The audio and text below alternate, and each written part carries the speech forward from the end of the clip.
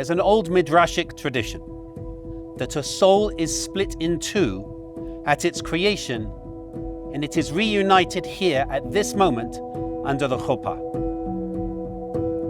I've told that story many times under the chuppah before. I realize that perspective isn't quite right. The soul isn't reunited at just one particular point, but rather it slowly weaves itself back together. The chuppah, this moment, this is the moment when the supportive glue sticks. It's the start of the rest of the journey where you are bound together once again.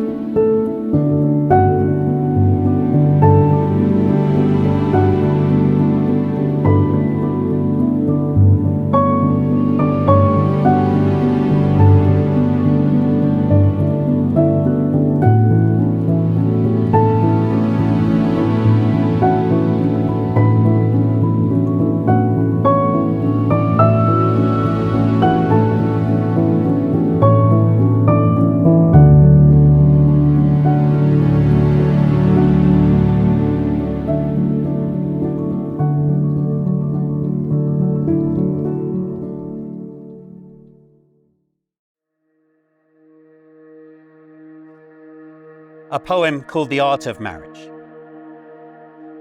The little things are the big things. It's never being too old to hold hands. It's remembering to say I love you at least once a day. It is never going to sleep angry. It is at no time taking the other for granted. The courtship should not end with the honeymoon. It should continue through all the years. It is a common search for the good and the beautiful. It is establishing a relationship in which the independence is equal, dependence is mutual, and the obligation is reciprocal. It is not only marrying the right partner, it is being the right partner.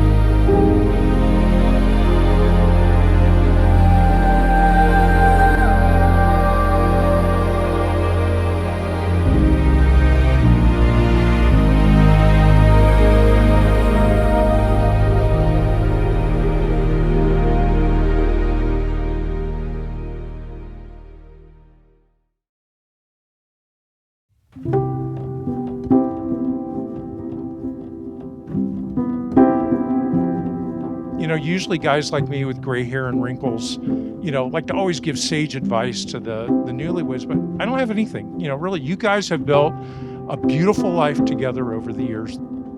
I wish you the best of health and happiness. Mazel tov and l'chaim. Thank you. I'm getting emotional. Oh, damn it. Dan, I'm upset because when I met you, I said, yeah, he seems cool. What I should have said is, I'm so glad you finally come into my life because it's about to change in the best ways.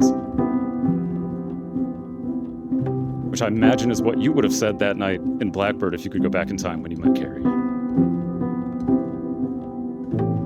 So please, everyone, raise a glass to everyone who's ever come into our life and changed it in the best ways like these two.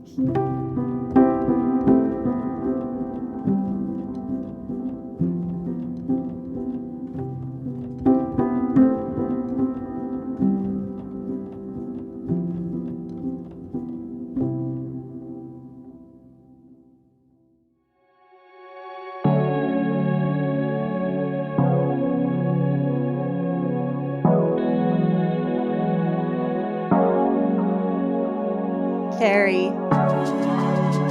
You have always had a brilliantly bold aura that fills every space you inhabit. You cannot and will not be contained.